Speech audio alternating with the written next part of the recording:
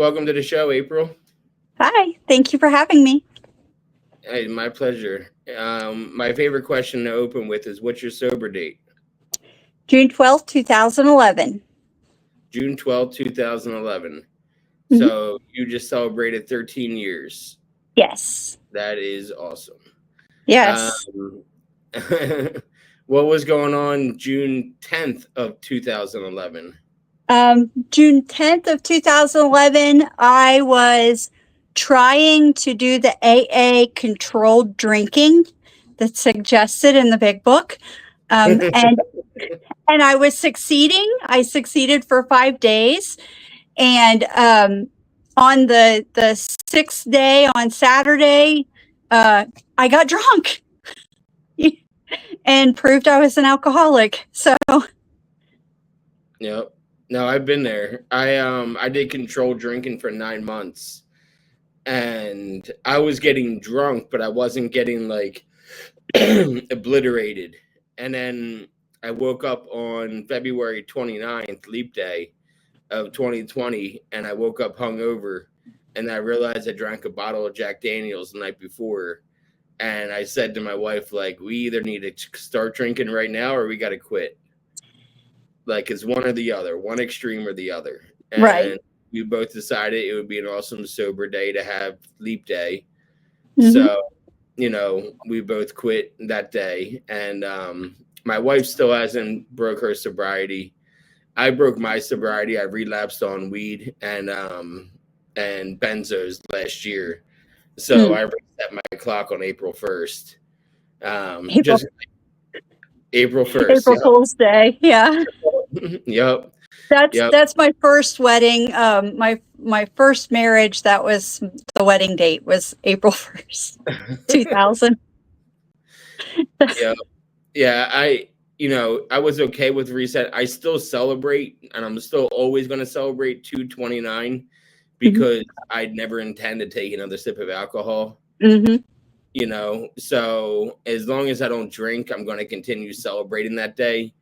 It's almost like I still celebrate April 25th, 2018, the day I stopped taking opiates. So I have different things. I quit gamble on July 13th of this year. So I'm abstaining from that date. So I have 4 different dates that are, paramount in my recovery. And I don't think there needs to be like, oh, you're in recovery only from one day, from a certain date. And it's like, no, I can be in recovery from many different dates, depending on what it is. So where are you from originally? I'm originally from Ohio. My hometown was Hillsboro, Ohio. And as you can see, I'm in Midway, Tennessee now. So, yeah. I don't know if you heard me. I said, of course you are, because I've had so many people from Ohio on my show. And it's really funny because, like, I've only ever driven through Ohio. Like, I've never actually done anything in Ohio, never had any friends in Ohio.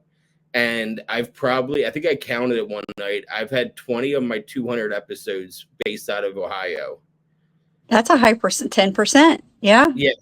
Yeah. And I've been doing this show for 3 years. And a lot of granted, like 6 of them came from the same person, where she posted it, and a bunch of her friends are in recovery, did the show. Yeah. But still, there's been a ton of people that aren't related to her that I've had from Ohio. It's just something that I've noticed over the years, is that Ohio, definitely is in recovery these days, which is good to see. So you're from Ohio. You have brothers or sisters growing up? I have 2 sisters and 3 brothers. Oh, wow. Big family. So, yeah. Where did you land? So there's 3 boys and 3 girls? Yes. Your parents got it right then. Where did you fall in that tree? They're not all the same fathers. Oh, okay. Well, let's get into that. I'm the oldest, and then I have a brother 2 years younger, a sister 2 years younger than him, a sister 2 years younger than him. Then there was a child in between there that my mom lost. And then, so 4 years after my youngest sister is my next brother, and then 2 years after him is my youngest brother. Okay, and how many different dads were there? Me and the first four of us have the same biological father, and the fifth and the sixth one, they have different dads. Okay, So 3 different dads. Okay, that's what I was. So, did you always stay with your mom? So, I don't know how much you want me to get into it. Okay, so yeah, so my mom. There's no time constraints. My mom left when I was 8. She left my biological father. There were a lot of issues there. I just realized I left my wedding band downstairs doing dishes. But so my mom left because she was divorcing my dad, and she left me and my brother, the oldest. Sorry, my dogs are pecking at the door. She left me and my oldest with him, and she took the 2 youngest girls. Trying to figure out how to say this without my biological father is a pedophile. He was molesting us children from, very young age. And at the point when my mom left, he was still doing that to my sisters. And for me, he had stopped doing that. So she felt like it was safe enough for me to stay with him, and she was saving the 2 youngest children. So I didn't stay with my mom all the time. I moved back in with her when I was 14 after being physically, psychologically, verbally, mentally abused by my stepmother between the ages of 8 and 14. And my mom came and got me. So I have abandonment issues related to my mom because, she went on to do her thing and left me there. So. Okay, and you're not the first person you're, I think, at least the fourth one that I've talked to that I can think off the top of my head that had problems with their dad. And a lot of them, it stopped happening because they got too old. Mm-hmm. And it sounds like that happened to you. You got too old and you weren't really appealing to him anymore.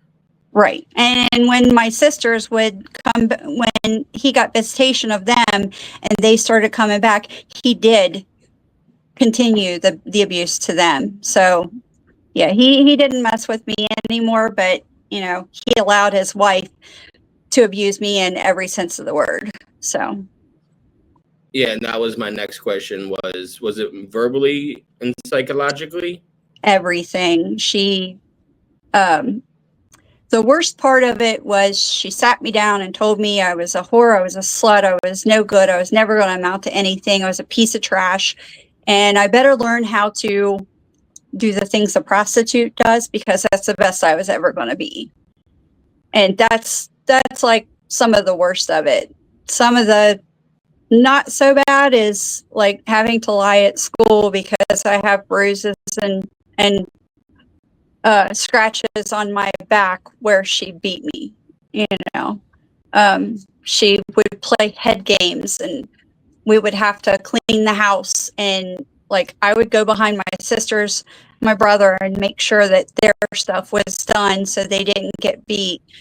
But even if my stuff was done, I had the kitchen and she would come in and pour chocolate syrup on the dishes that are done, and they're not done, you better do this again at 2:00 in the morning. So it's a very wide array of abuse. So yeah, for sure. And how old were you? Did she enter the picture? Because if you moved in with your dad when you were 8, how long was it until? I lived with my dad before I was 8 too. My mom left at 8, and then later on, within 3 or 4 months, he got with her. So. Okay, so it wasn't really much of an overlap. Did she bring kids into the picture? She brought one boy, and he was her everything, and he could do no wrong. So. Yeah. But he got just as messed up as he was younger. he was, oh,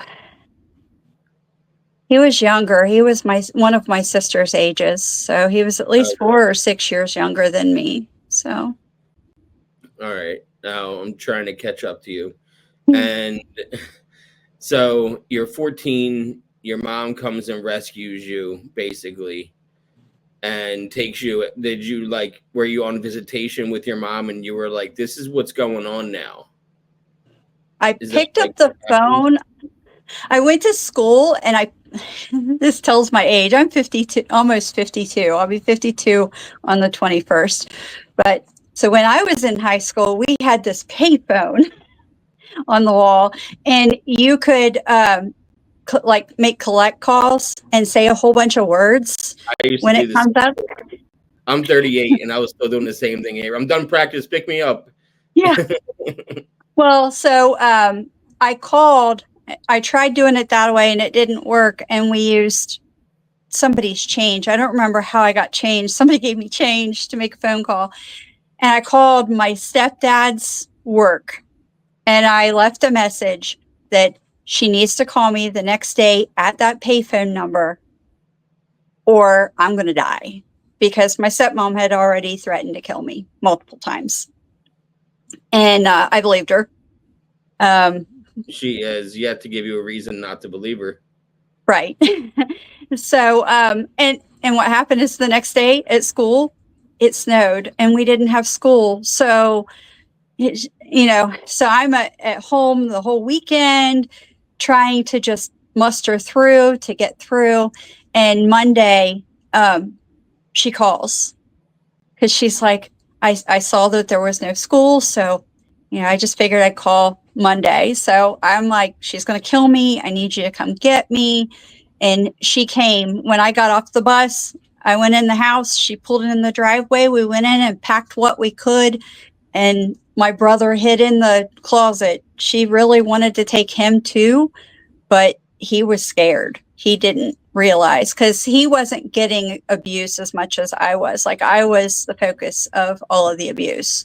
Because you were the oldest. Most of the abuse, yes. So, so my mom helped gather what I could out that I had, threw it in the car, left, went to the police department, told them what happened, and they got a court date and she got custody.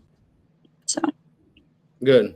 Now, since the show, I do 2 shows. My other show is the Unlicensed Therapist, where we do a deep dive into trauma. So as much as I'm used to diving more into trauma, I do want to bring it back to addiction. When did you discover drugs or alcohol? How old were you? Pretty soon after my stepmother started the abuse. One of the things that she did, I say I started at 8 because it was at the latter end of 8. Could have been 9, but I just say 8 because that's when a whole chunk of stuff happened. And she started feeding us pills and alcohol in this concoction with some ice and fruity stuff. And she liked to watch us fall down. And so not too long after that, I couldn't sleep, of course, with all of the stuff going on, I couldn't sleep. And I knew that those concoctions made me sleepy. And so I went and got into the liquor cabinet above the refrigerator and started sneaking sips. So my first drink of my own taking was 8 or 9. And, just a little here and there. But once I got with my... This is the early 80s then. If you're 52, so you were born in 72. Mm-hmm. So this is like the early 80s. Yeah. And she thinks it's funny to watch kids just fall over drunk. Mm-hmm. I mean, that kind of describes the kind of person that... Is she still alive? No, she's a deceased psychopath, so... I was going to say that just describes the person that she was. Yeah. I wanted to make sure I used the right word at the end of that sentence. It was or is. Yeah, my nightmares stopped when she died. So I literally stopped having nightmares of her chasing me and beating me when she died. So. How long ago did she die? When did she die? What year? I was sober. I'm pretty sure it was about 10 years ago. So, Okay. All right. Well, let's jump back. So now you're 9. You know what alcohol is. You have an idea of what it is. You know where she makes the concoctions from, mhm, and you know where the liquor is because your clean duty was do the cleaning in the kitchen. So that means you knew exactly. exactly where the bottles were kept because you had to clean everything. Mhm. It sounds like you were like Annie. You had to clean every inch of that room, Yeah. or else you're going to get beat. Right. And I can laugh today. That's yeah, my coping mechanism. I laugh at inappropriate times. So, and I have healed from this story. So it's yeah. like me telling the story of the before me, not the current me. No, it makes So, total sense. It's I used to do stand up comedy and addiction, and I would get on stage and say I'm JD and I'm an addict, and that's how I would start off my set was laughing at myself for being a drug addict, and it was the only way I could like cope with like the fact that I was using drugs every single day in order to like function, in order to be normal. I was barely getting high mhm. anymore because I would need to do enough just to get right again and to feel normal. Right. You know what I mean? You're 9 years old and you're stealing sips. So by the time you're 14, were you drinking more with your friends at all, or Mm-mm. just I like didn't as have friends. Before before my mom rescued me, like I didn't have really friends in the neighborhood. Like I had the friends, but they weren't the kind that you did that kind of stuff with. Um, but I did have a boyfriend at that time, and he was smoking pot and selling pot and all kinds of stuff surrounding pot and drinking. But like, I really didn't get pulled into that at that point. I got pulled into that after I went to live with my mom was because it in I the just same went, town? once I got, huh? Was it the same town? Like, was your Um, mom in the same location as it your was out dad? in the country. Like I was out in the country with my dad, and I moved like into the city with my mom. The city of Hillsboro, like it's not inner city, but it's like that Yeah, country city, you yeah. know. So was it a different So school district? yes, Okay, so you had to change yeah. school and make new friends, Hmm. and Hmm. that's when you met a boy. Oh, I met the boy at the old school. He Oh, was no good for me, but had yeah, you associated I with him? was truly in love with him as a 14-year-old could be. Were you smoking with So him? not at Were, that time, but once I moved okay. in with my mom, I did start. I started smoking with him. I started drinking at their house. We would tell my mom that I was staying with a friend, tell that friend's mom that she was staying with me, and then we would go stay with his cousin, and we'd all get stoned and drunk. And yeah, So how old was this guy? my favorite thing on oh, he was a year and a half older than me. Oh, So okay. at 14, he was, 15 and a half. So, Yeah. Okay. So it wasn't like some adult or some like under. Okay. And but you would go. So he didn't have his own place. So his cousin had his own place. his cousin had her own place with her kids, and they thought it was fine for all of us to go there and drink, even though she had her kids there. So, looking back, I cannot believe some of the situations like that we put ourselves in. Well, this is before But technology existed. Like, yeah. I have a 10-year-old. We can track his location at all times Hmm. based on his cell phone. We know when his bus is getting near. We know if he's walking. You can track everything these days. Back in the 80s Hmm. and 90s, you couldn't track shit. What you had to take us for our word. And Yeah. I feel we got away with a lot more, especially people like us where you were trying to be shady and, do stuff you shouldn't be doing. There's been so many times that we would do that friend trick of like, you stay here at my house, I'll stay here at, Hmm. and then we'll just go to this place together. Like, that happens so many times with so many people I know. And it was just like, I did it with cigarettes. I was smoking cigarettes at 13. And when I would come home smelling like smoke, I was like, oh, I was at blah, blah, blah's house and his parents smoke. And so every time I came in from smoking, they were like, oh, you were at whatchamacallit's house? I'm like, yep. And really, it's just me smoking. 13 years old, I was smoking Black and Milds and Parliament Lights, and just getting away with everything. I started drinking when I was 11. Oh, wow. So I understand the whole young curiosity, and I started drinking at 12 to escape. And, I was bullied a lot as a kid. I'm a bigger guy, so I was made fun of a lot. And I felt like I needed to drink after a day where I felt sad. So I might not have drank every day, but I was drinking alcoholically because I was drinking for the effect and not, I was drinking for the effect it produces. That, in my eyes, now at 38, I can reflect on that and say that was me as an alcoholic at 12 years old. Yeah. By 16, I was a binge drinker. I was drinking every weekend as much as I could get and putting myself in situations between the ages of, I'll say 15 and 18. I was raped, wrecked a car drunk and got away with it. Did you know your assailant? I'm sorry? Did you know your assailant? So that time I thought I was with my friend, and we had told my mom she was staying with, doing that thing.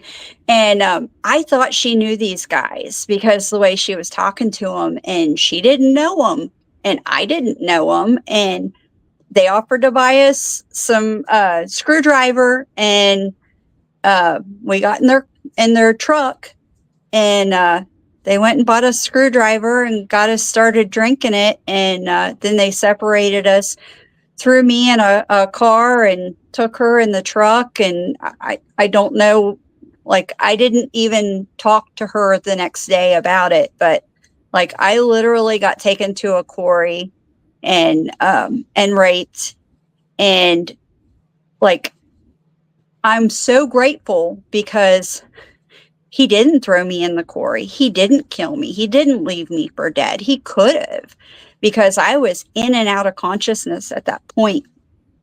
And I remembered the truck that they were in. It had splashes of color down the side. And about 2 years later, I found the truck down off of 124 going into Hillsborough.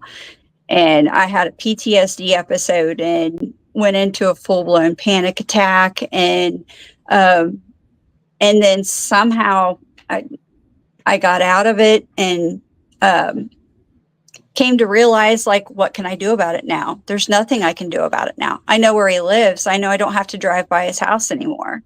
So I just stopped going that way. I chose alternate routes to go in order to manage my PTSD related to that attack. But no, I didn't tell anybody until about 3 months later, when I was getting kicked out of school for smoking a joint walking across the school property. And then I used it as an excuse. Oh, I was raped. You don't understand what I'm going through. Just using it as a ploy to try to get out of stuff. Because by that time, like, I didn't know really right from wrong when it came to that kind of stuff. And back then, they're like, who's going to believe me? Well, and my mom's like, yeah, she was raped by her step uncles, and she was molested by her dad. And I'm like, no, Mama, you don't understand. Like, when I was staying with her and she said she was staying with me that night, when I came home the next day, and she's like, that happened to you? And I'm like, yeah. And I told her what happened, but it was 3 months later. And like, what were we going to do? Go report it to the police? There's no proof. I'd already, showered and not told anybody else. And so And even when I found his vehicle a couple of years later, well, I guess it was several years later, I might have been 19. Like by then it was too late. I could have went and reported a rape, but I was in and out of consciousness. And so I just didn't see the reasoning behind reporting it. But yeah, and this was back in the 80s when like Mhm. you weren't reporting that kind of thing, No, you didn't nowadays. even talk about it. You Yeah, swept it under the rug. I didn't talk about um, the I didn't talk about my step uncles or my biological father or that rape or anything else that happened to me. I didn't talk about any of that stuff until I got married, and I let him know some of the stuff that happened. But I didn't go in deep into any of this stuff as deep as I have till I got into recovery, because you go through and you do the steps. And well, I went through and I did the steps, and I did a thorough step 4, and did a thorough step 5, and all of that stuff comes up. And then after I did that, that helped a lot, but then I needed to seek outside help.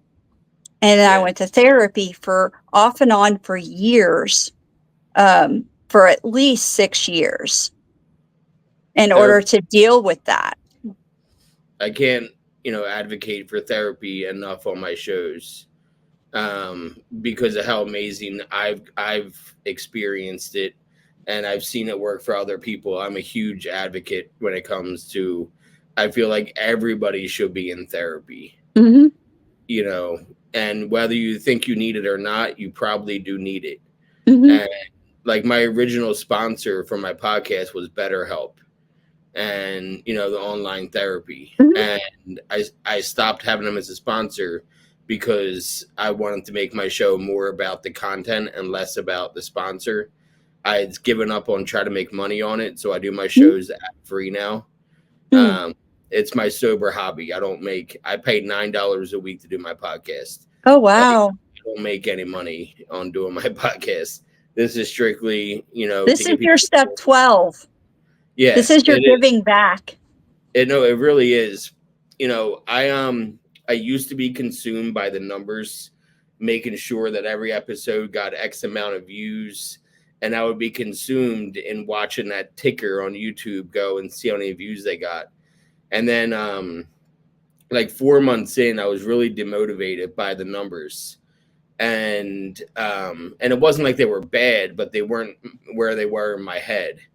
And I got a message from somebody in the UK, and I still follow her on Instagram. And she messaged me saying, "Hey, I just watched 8 of your episodes, and I want to let you know I'm going to detox tomorrow. Thank you." Wow. And that stuck with That's me still to amazing. this day, And I'm really public about my recovery, like the Mm-hmm. gambling thing I mentioned earlier. When I hit 90 days, I have a 90-day chip that looks like a gambling coin. Mm-hmm. So I posted that, and I put this whole thing about Gamblers Anonymous, that I do the meetings on the weekends. And I got a message 2 weeks ago saying, "Hey, I typed in Gamblers Anonymous and I came across your post on Facebook, and my husband's struggling. Which meetings do you go to?" And I sent her a screenshot of the Zoom meetings that I do based out of Vegas. Mm-hmm. And he's been on the last 2 Sundays, her husband. Awesome. So, I am so open about my recovery because I'm seeing the fruits of my labor in helping other people as opposed to serving myself. So, I couldn't advocate for therapy more when I do the show. And that's why I started my other show, Mm-hmm. because, it's a therapy session for an hour where we just do a deep dive into trauma. And, I have, I've learned so much in doing both shows, and now I just want to give back so other people can learn from other people and know that it's okay to talk about rape, and it's okay to talk Mm-hmm. about your father molesting you, and help putting stories out there so people can watch and go, "Oh my god, that was me, and I never thought I could talk about that kind of stuff." All right, we get back on track here. 18, Did you finish high school? Yes, I was one of the valedictorians of my high school. And And when I got up to do my speech, I just blanked out. I could not see to read my speech, and it just came out as like a thank you acceptance speech at the Emmys. were you I drinking can and laugh still at it smoking now, weed? but Were you drinking and still smoking weed? oh yeah, oh yeah. You said you I were a actually, binge drinker in high school, right? uh-huh. Yeah, me too. Because that drinking at night turned into, eventually my friends started drinking, so why Mhm, not drink together? And I lived in a small town that was 1 square mile and everyone knew everybody. And there was a liquor store in our town, so there was also a cheap motel next to that. So we mhm. would pay, like, a homeless person to go in and buy us beer and buy us liquor and come out and give him a 6 pack for his troubles.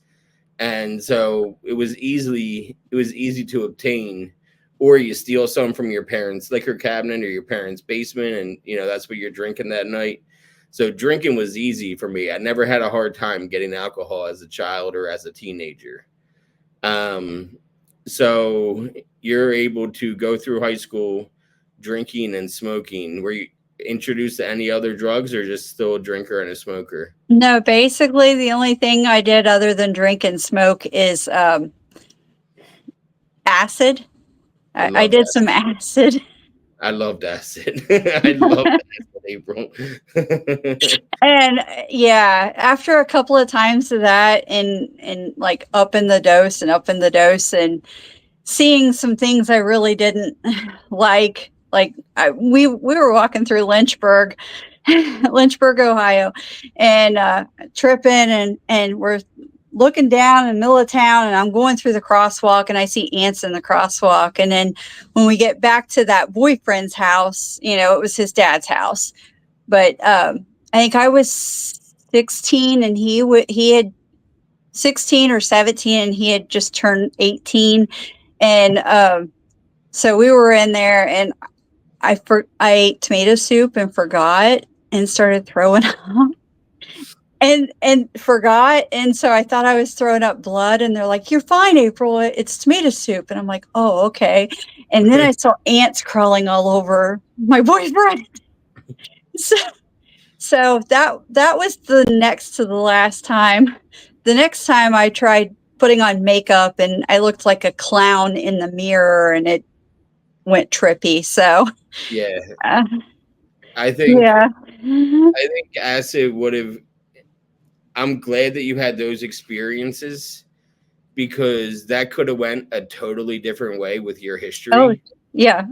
Because the introspective part of acid is gnarly, where you Hmm. start like going, this happened, was it my fault? This happened, was it my fault? What did I do Hmm. in this? And you start overthinking things. Hmm. And I feel like that could have went really bad for you, considering everything you had been through up until that point of your life, between your dad, your step uncles, and your stepmom, and everything that was going on. Uh, Hmm. and then plus the guy with the truck and that situation. Hmm. A lot of that can really fuck with your mind. Hmm. So It did. did it? It did. I was a I was a self-centered sick person. Like I was always in my head. Everything was spinning. I would punish myself by replaying those things over and over in my head that my stepmother told me and get into just curl up into a ball and bawl my eyes out. And I don't know why, like it made me feel worse, but it made me feel better. I guess I was learning self-soothing, but by reliving that over and over and over and over, and I was just a prisoner of it and I didn't know any better. I didn't know I could change my thinking. Like you know how we hear voices in our head, not like mental health uh No. issue Yeah, voices, your but inner the voice. voices in your head saying you're not good enough for him, or you'll never be good enough, or oh, you just effed that up really big time. You're never going to make anything of yourself. Well, my voices in my head repeated everything my stepmother told me, and I believed it. I believed it for so long that it kept me down. I believed that I was the dirt on the bottom of somebody's shoe, that, they wanted to wipe off of it and they couldn't get it off. And that I deserved to be in pain. I deserved to be miserable. I deserved all of the crap that life threw at me. And I truly do not know how I survived. At 21, I had a car accident and I found painkillers, Vicodin, and that's what rocketed me all the way until 2010. And So by then, at 21, you were in 93, in a car accident. 1993. Yeah. Mm-hmm. And you were in a car accident and they prescribed you Vicodin. Yes. And you loved the effect it produced right away. That became the love of my life because it killed all of the pain. Yep. Emotional pain, physical pain. It killed all of my pain. And I just, yeah. So that and later on benzos. I was and we'll catch up. Did you graduate from Vicodin at any point? I went from 5s to 10s to getting caught by doctor shopping and getting cut off. And I graduated from that to heroin. And then after heroin in 2010 is when I quit. So 2009, me and my husband moved to Florida, and they don't have heroin in Florida. They had pain clinics, pill mills, so that's where I found Percocets and Xanax. And that just became everything to me and him. Yeah. Everything. Yep. When I discovered opiates, it was 2008 and I was 22. And I took 2 Perc 10s and I was like, holy shit, this is what I've been missing. Like everything shut off in my brain. I was nice and relaxed. Nobody could tell me what to do. I was in my own world and I had found I'm not sure if this relates to you, but like by the time I was 22, alcohol stopped working. Alcohol didn't give me that escape that it used to give me when I was a kid. And I was looking for different things. And that's when I tried acid. That's when I tried mushrooms, hated mushrooms. That's when I tried ecstasy. That's when I tried coke. That's when I was trying everything right around time I was turning 22. And then a few weeks after I turned 22, it was October of 2008. And I was like, I'm not going to the bar tonight. I don't feel like spending money at the bar. And I had my own apartment, and it was like party central because I was the first person my age that had their own apartment. So there would be always random people there just getting high with me and smoking weed. When I say getting high, I mean just smoking weed at this point. And this guy was there, and I knew him, but we weren't like good friends. And I was like, yeah, I'm not going to the bar tonight. I'm just going to stay home. He was like, well, I'll sell you 2 Perc 10s for $20. And I was like, okay. And then I took them and everybody left. And holy shit, as they say in the literature, I have arrived. And I found my replacement for alcohol. And I did not need alcohol anymore because I had these little magic pills. And it only took me a month to graduate to Roxy 30s. And once I discovered snorting Roxy 30s, nobody could get in my way. That was when I really arrived and I really, was at ease, was when I would snort a 30 and I would romanticize it. I have videos of me doing, giant lines. I loved doing the Roxys. And so you're doing heroin in Ohio, but then you moved. When did you get married? How old were you? I got married. I think I was 28. I got married in 2000. Like I said, April Fool's Day 2000. That's a big long story, but basically he was already doing pills and stuff, and he was the person that basically introduced me to all of this other stuff. Like, I already had my Vicodin and I was drinking here and there, but the Vicodin was my main stuff. But like from 29 to all the way through my 30s, and let's say 28 from the time before we got married, because I got married after being up all night on meth. I mean, who does that? You know? So I guess I would go back to 26 or so when I met him. And so 26 to 36 was nothing, but I was a dumpster drunk. And I say dumpster drunk because if you had alcohol, if you had meth, if you had pills, if you had potions, lotions, whatever you had, I didn't care as long as it was doing something for me. Give it to me. Like, we were snorting whatever pills we could get. We were smoking whatever we could get. I mean, we even took fentanyl patches that he got from a guy that had cancer, and we were scraping them off on a foil and smoking them. Yep. And I died one night. And after we were married, and my first husband brought me back to life. And when I came to, he was laying across my legs. I was sitting on the couch, and he was laying across my legs, crying uncontrollably. And I came to, and I was like, oh my God, I want to do that again. That was the best rush ever. And he said, you're never doing that again. You just died. He said, I heard something funny on TV, and you didn't laugh. And I had to come and find out why you didn't laugh, and you were blue on the floor.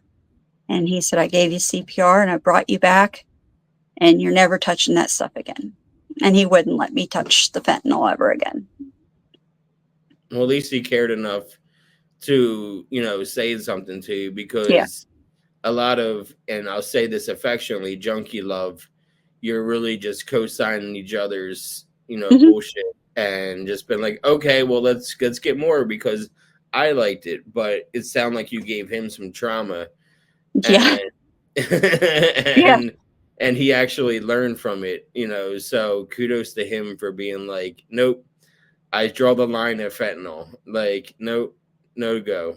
So yeah, I blamed a lot of stuff on him. Like, please don't take it that when I say he introduced me to this stuff and we did all of this stuff together, and I was a dumpster drunk through those times, like through AA and through the steps, I took responsibility and I made amends to that man. And I said, you're not all to blame for all of this. I take my responsibility for my part. I never said no to it. I agreed to the stuff. Like, I'm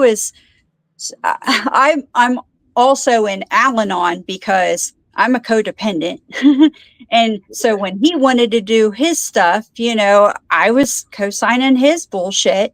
Like, yeah, we just spent $600 on crack. But it's fine. Let's go spend $300 more that we don't have. Yeah.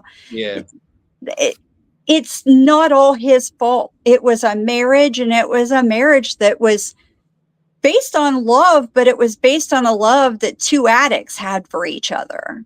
Yeah, so more like Bonnie and Clyde. Yeah, luckily, after I was divorced in 2014, so I was just a few years sober. We got divorced, and we tried to make it work for a couple of times there. And, he was sober, and he was part of the reason why I got sober too, because one of the reasons we tried to make it work was a couple of months before I got sober. And he said, I can't be with you because you haven't changed. And I said, watch me, I'm going to go to AA and I'm going to change. Ha ha ha. And then I got into AA and I couldn't stop. I couldn't stop drinking. And I heard that thing in AA, try controlled drinking. And I just needed to be thoroughly convinced. So, but like I said, I made amends to him, and he said, April, you know how I know that you are a different person? I don't know. He said, we've been sitting in IHOP and not once has anyone looked up from their table to look at you because you've spoken loudly. Because that's how I was. I was a very boisterous person and I wanted your attention. I was attention seeking.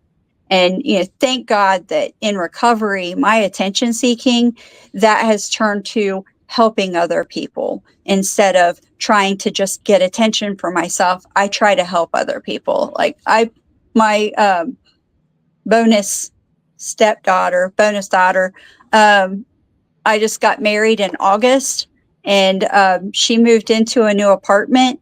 And through the great shopping coupon clipping things that I know how to do through Kohl's and that, I was able to basically give her most of the stuff she needed for her new kitchen, and gave the same things to the other bonus daughter. I call them bonus daughters because I don't like the word stepdaughters because of the stepmother thing. So I'd rather call them bonus daughters. But I married into a family with three amazing girls that are all grown up and 6 amazing grandkids. And life is just good today.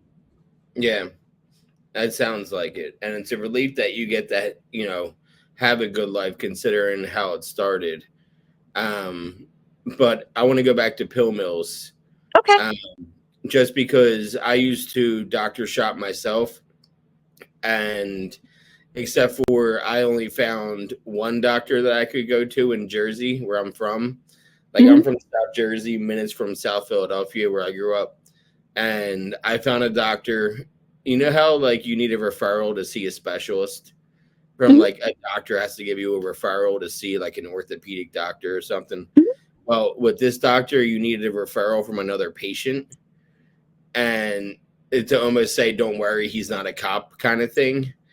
And they only took cash, and they did not take insurance. And it was $150 per visit. And the first time I went there, I was, like, really nervous. Like, I had this whole story concocted in my head of why I need all of these pills, right? Like, I had this huge story in my head of what I'm going to say to this doctor. And he sits down with me. He gets his prescription pad. He's like, so what do you want? And I'm like, 120 roxycodone 30 milligrams and 122 milligrams Xanax. All right, see you in 28 days. Make sure you make an appointment on your way out. Oh, you under requested. Yeah. Well, and I found that out because my friend went to another doctor and he was getting 180 30s. And, that doctor ended up, they came down on that doctor and they said to him, you can't prescribe that many anymore. So instead of just dropping him to 120 Roxy 30s, he gave him 68 milligram Dilaudid to make up for that. For breakthrough pain. Yeah. Yep. And they both ended up getting shut down and rated and all that. I got a phone call in 2014, and I'm an extrovert, so I make friends with office staffs wherever I go. And the nurse the one day called me up. She was like, we're getting rated. You have 20 minutes to get here and get your last script. You better come soon. And I shot over there as fast as I could, walked in, she handed me the script, and she's like, this is your last one. And then this one's on the house. You don't have to pay for it. And then I left, got in my car, and got it filled as fast as I could. And, yeah, I could not go to that doctor anymore because they got rated about an hour later. And I got lucky that I got a phone call to be like, hey, come and get it. It's fucked up. Yeah. So your pill mills, what was that experience like down in Florida? So we moved to Fort Lauderdale, and we were living in a hotel for the first 2 months. And of course, we get down there and there's no heroin, and we hook up with the guy at the tiki bar, and he hooks us up with the pills and says, oh, you got a back injury? oh, you can just go see this guy, and he wrote down gave some of the information to my then husband. I only went once. I have a pinched nerve in my back, but like, they're like, we'll see you this one time, but we can't see you on a regular basis. My then husband, he had a verifiable effed up back. And so he started going to them, cash only, up front, get your scripts. I think it was like 180 30s and 120 15s or something like that. And then Xanny bars, not even the 1 milligram footballs, but the 2 bars, milligram like, bars. No, yeah. That's what when I said, 120 30s and 122 milligram, I didn't want to describe the Xanax, so I said 2 milligram. I'm sorry. But no, I meant I wasn't. And when I saw the doctor, I said to him 2 milligram Xanax as opposed to saying Xanny bars, because I didn't want to say when I was asking for them. But I knew they would get $5 a piece if I resold them, and that would be a $500 investment. But the problem with Xanax, and I'm sure you know this, is you take a bunch and then you forget you take a bunch, and then you have nothing to show for it the next day. Yeah. That was my then husband. For some reason, for me, that didn't happen. Like, I would take them and get to a Zen place, and then I would get my sleep in, and Xannies didn't really do that to me, but like, I built up a tolerance. So he was going to 4 different pain clinics every month. Each week he was going to a different one. And, over the period of a year, we were down there for a year and a couple of months, I think. And he got really, really, really bad. So he was not only going to the pain clinics and doing them, he was selling his pills to another person. And it was a whole big mess. So I was just basically partaking of his stuff, and helping get the money to get him to the doctor to get his stuff. And then he was stealing my money to go buy crack. And it was a whole big mess. Florida was just really bad. I got down to about a size 4. He was fitting in my size 4 jeans. I don't know if you know what that means, but when he got hauled off to jail in May, he was wearing my size 4 jeans, and he's a foot taller than me. And he went through he told me he went through some horrible detox in there. He saw like visions of me getting gang raped by the guards outside of his cell and all kinds of stuff, which, didn't happen, but that's what he was going through. And the whole time I'm like, he was dealing with, if I'm not mistaken, if I'm getting this right, he was dealing with opiate withdrawal. He was dealing with benzo withdrawal. So you get all 3. You get the physical part of it that comes with the opiate. You get the mental part of it that comes with the crack. And then you get the dependency part, which you could literally die from with the Xannies. Like benzo withdrawal, you can literally die. Like, you can seize out, hit your head and die. He was very, very, very sick. And this is where I was at that point, was I was blaming everything on him. This is all his fault. We're here because of him. And then it came time that I ran out of pills and I had to figure out something. So I called the guy that he was giving the pills to, and his dealer, because I was going through withdrawals and I was getting sick, and I didn't know what else to do. So, he come over and he's like, "Hey, I can sell these to somebody down the street. What else are you going to give me?"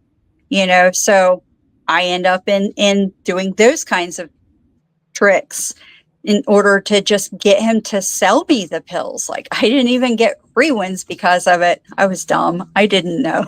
you know, but, but, that's part of my story and it is what it is. So, and that helped me to get to the jumping off point. Like I was either going to die or I was either going to get sober.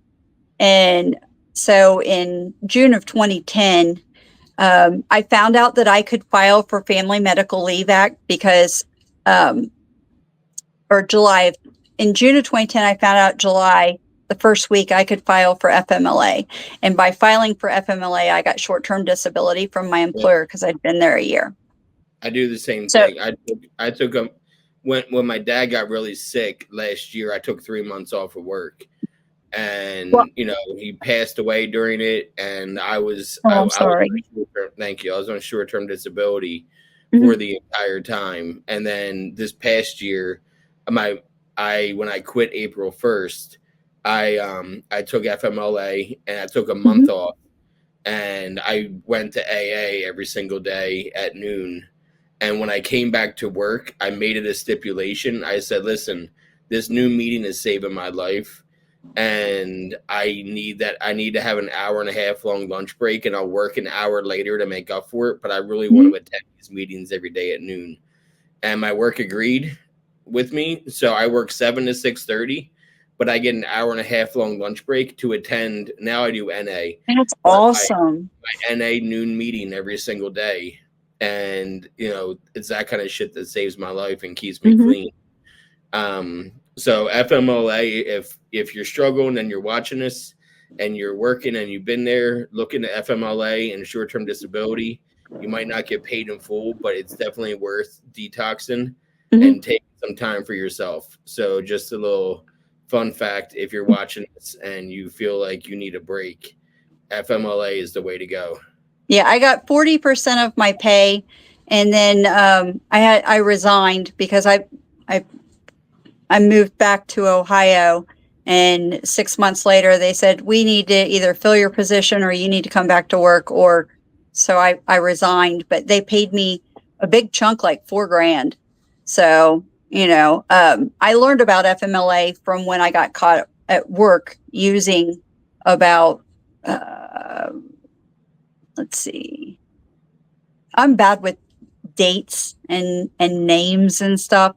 So it's when I was working in Cincinnati, about 4 or 5 years after I got married. So, yeah, I got caught at work and got sent to detox and got sent to treatment. And I only got through all of that to save my job. And then in the end, I got let go anyway. So, but I learned through doing that and going to the treatment about FMLA. And so I actually current day, I use FMLA for my migraines. And that protects my job whenever I have, like, if I have 2 or 3 migraine days a month, then it protects my job from losing my job because of calling in for migraines. So yeah, I have intermittent FMLA. My wife has MS and I take care of them. So, on some days they'll wake up and have an MS hug where they can't move. And I don't have the heart to sign into work and I'm leaving them by themselves. So I'll call in with FMLA and it protects my job because I'm taking care of them instead of working. So yeah, intermittent, look it up, kids. Intermittent FMLA. If you have some kind of chronic disease or chronic illness like migraines, they're chronic. They'll categorize under that, and you can call out and not have to worry about you losing your job. Now they won't pay you for it unless you have like vacation time or it's not a paid, but it does protect your job. So exactly. So you use FMLA to decide to get clean in July 2010. So in July 2010, I called my boss and I said, I'm checking myself into the hospital. She said, I don't think you can do that. I said, I'm going to rehab. And she said, oh, well, you need to talk to HR. So she put me to HR. They sent me the forms. I took a bus to a detox center or rehab in Florida, down the street from where I lived.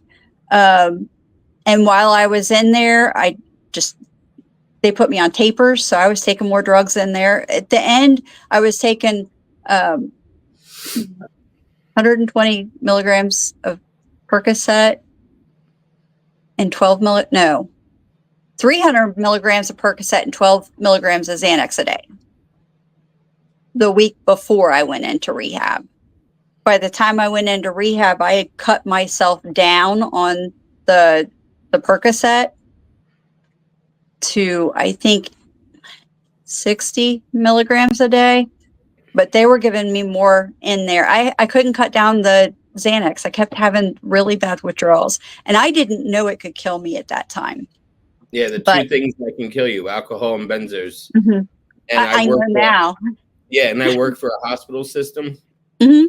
And the most prescribed thing that I see in people's charts are benzos. Mm-hmm. And all of your ads on TV or on Facebook when you're scrolling is alcohol. Mm-hmm. Like literally the two things that are deemed acceptable by society, Xanax and, alcohol, Mm-hmm. kill you. Yep. So I did quit while I was in that detox rehab. I don't know what they call themselves, but when I left there a week or so later, I left AMA. I was on the phone trying to get a hold of somebody come from Ohio, take me to my mom's. My mom was willing to have me come to her house. I just needed somebody to come and get me, and I didn't think about like, oh, I could get a bus ticket, or, oh, I could do this, or none of that like came to mind. I needed somebody to rescue me. And I finally found a friend of a friend who was willing. He drove a truck and he said, if I can get a route down there, I'll just come and pick you up. Well, he couldn't get a route. So what he did is he just drove his pickup truck down and he came and got me. And by that time, my cousin was living with me too. So me and my cousin and him, when I had one day clean and sober, they picked me up from detox. We went back to the apartment, loaded up what we could into the back of his pickup truck, and he drove straight through to Ohio and dropped me off the next day at my mom's house.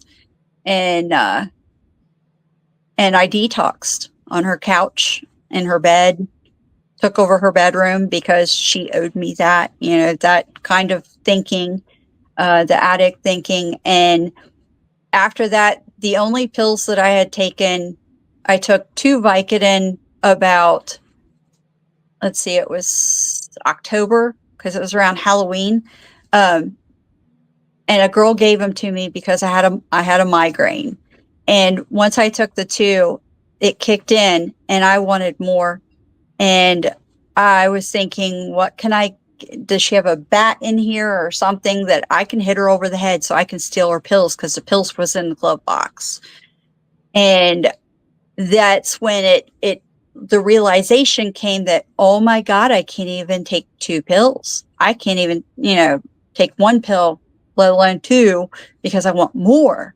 And I'd never had that realization before. And that was in October before I got sober from alcohol. And that was the last pill I took that away. So I did start drinking a month and a half after I got moved in with my mom. We went camping, and it was either go to this AA meeting that they were having a camp out or go get booze. And me and my cousin both decided to go get a case of beer and drink. And that's what started me on the 10 months of drinking to land me in AA and eventually get sober. I always say, you reminded me, in NA, I claim that my drug of choice is the word more. Mm-hmm. That was yours and more. Yours and more. Yep. And, it doesn't matter what it is. And you mentioned earlier being codependent. My wife and I are so codependent. We don't do Al-Anon, but we do marriage counseling together. Mm-hmm. And that's really helpful. We've been doing that for a few months now. And, doing that, I feel like, well, why aren't most couples doing this? And it's just like therapy, but it's 2-on-1 instead of 1-on-1. And it's been amazing for us as a couple ever since and not like we had problems, but we were codependent, and that's a problem. And we have to work on that. And we work on it every week now. And I'm not ashamed to say that either, because our relationship has never been stronger. So, well, you're either working on a problem or working on a solution. So if you keep working towards a problem, it's just going to continue being a problem. But if you work together towards a solution, you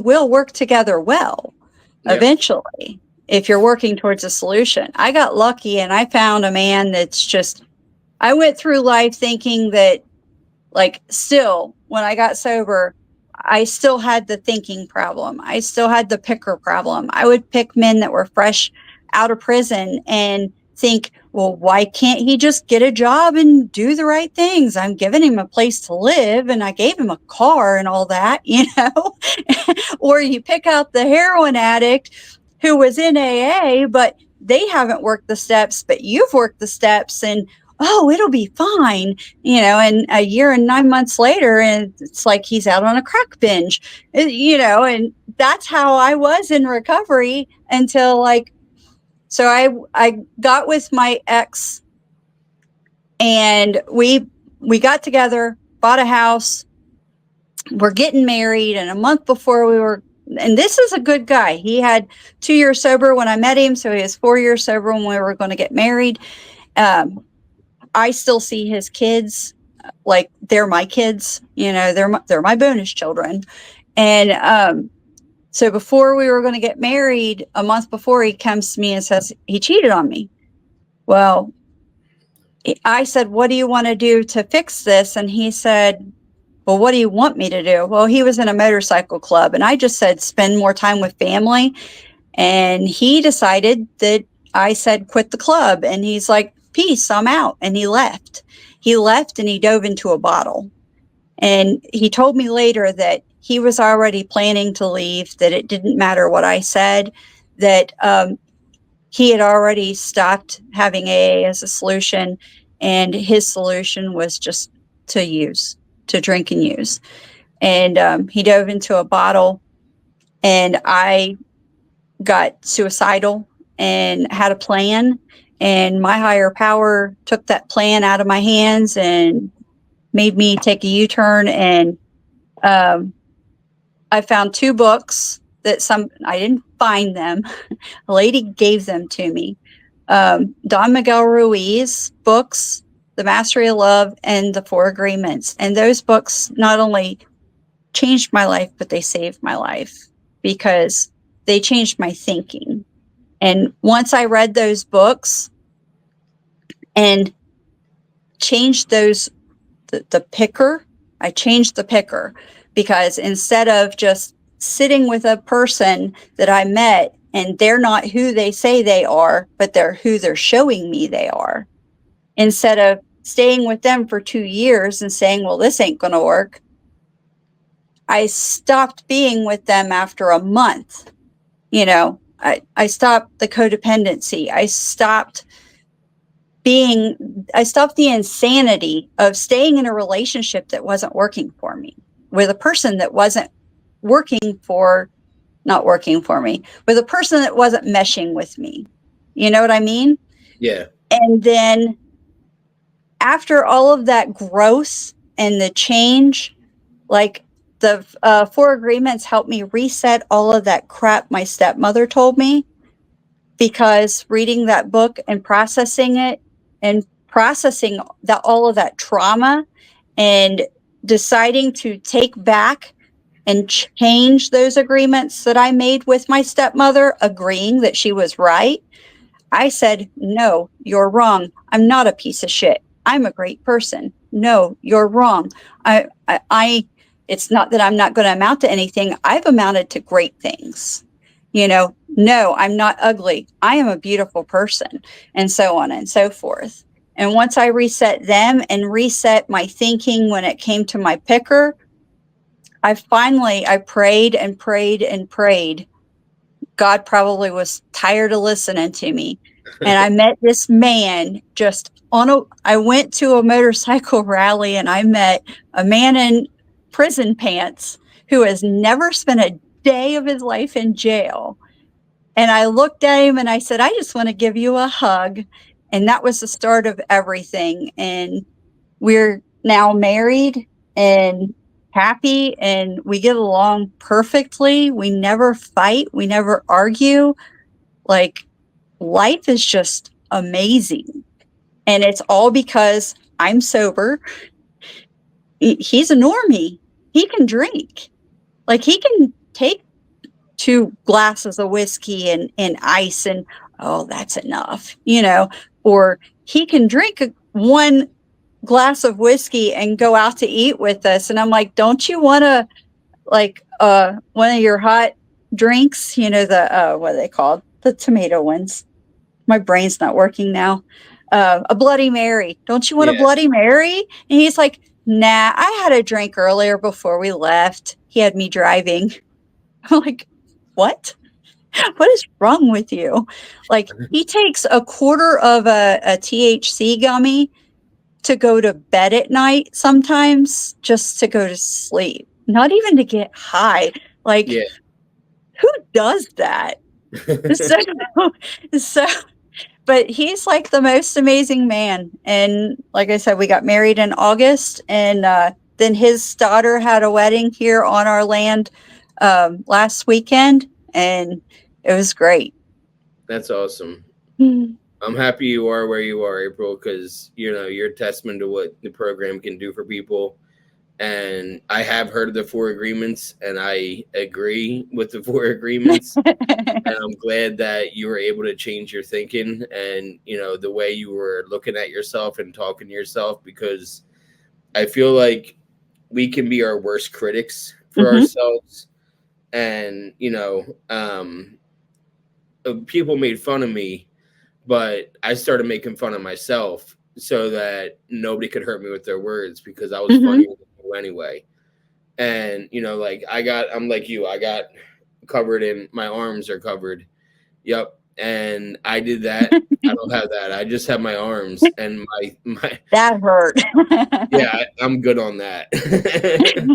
And but I started covering my arms, especially my forearms, because if you're looking at my forearms, you're not looking at my stomach. And that's something that, like, I still work on, is that's how negative I was thinking. And when I came to getting my tattoos, I had one when I got sober, and then I came home from rehab after 4 months away, and I came in with 17. And somebody asked me like a few months ago to count mine, and I counted 55 small medium ones, all my arms. And that's just Wow. so they're all like pop culture references. You know what I mean? Like, this is the most talked about one, is the like Lamb from Christmas Story. That one is the most pointed out to me when I'm at like a store, like buying cigarettes. Or like, oh my god, I love that movie, and I forget all about it. I'm like, oh yeah, that's right. Yeah, that one's mine. I don't know if you can see it. What is it? It's a skull and a raven, and everybody says, "Oh, the raven. What's his name? Edgar Allan Poe. I missed it. Nevermore." Yeah, yeah, that's awesome. Yep. But I and my wife has a tattoo machine, so I added about another dozen laying in bed and getting tattoos. I was like, you can practice on me, because you can get I'll speak for myself. I can get a bad tattoo now, and nobody notices it because it blends in with the other good ones. So people don't see the shitty ones because they're seeing them as a whole. They're not like, I know which ones aren't great, but I'm not worried about you finding them. Right. But thank you again, April. I really appreciate you coming on and telling your story, especially the trauma dumping you did early on. And I find it crucial to talk about the trauma, because without the trauma, you don't find the addiction. You don't have voices in your head that are keeping you high. Like, if you didn't have all that happen, there would be nothing to numb away. Exactly. Yeah. You wouldn't have to worry about, escaping with Xanax to keep the voices at bay of your stepmom. Hmm.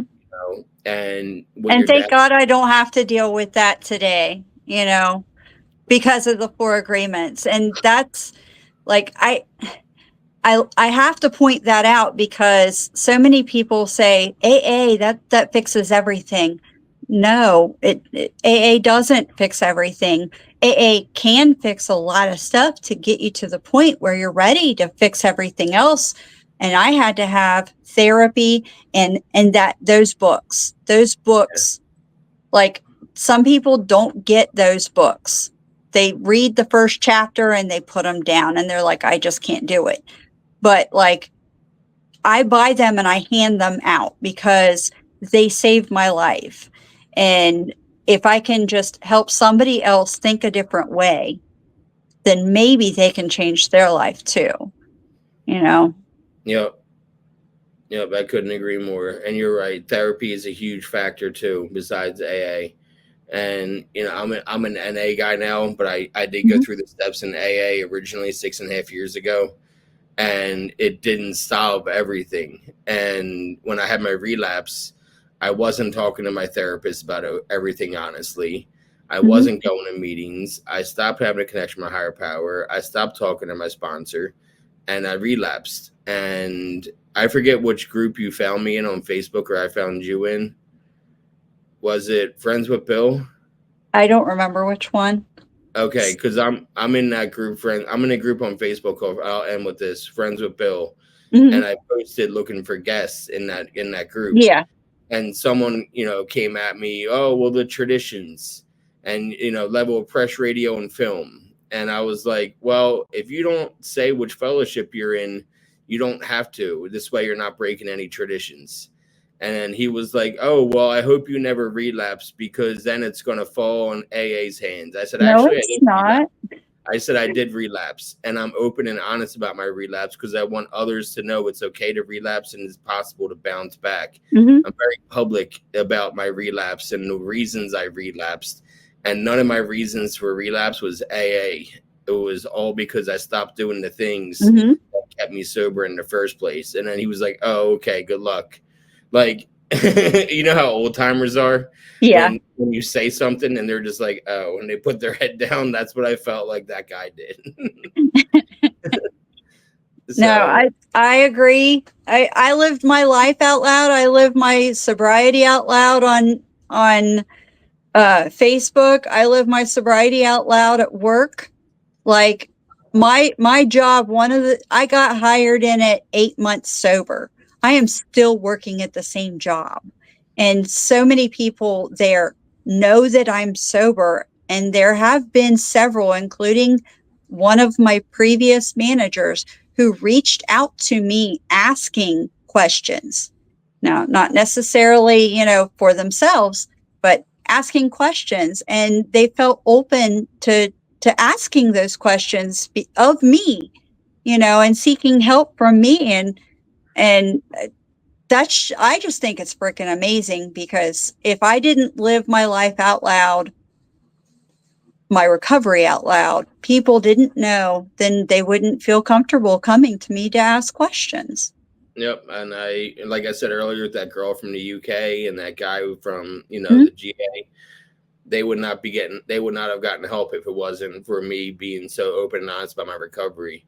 Mm-hmm. So I'm an open book. I was nervous at first when I first started this podcast, July of 2021. I first started, I was like, the first few episodes, you can tell that I'm really anxious about telling my side of the story.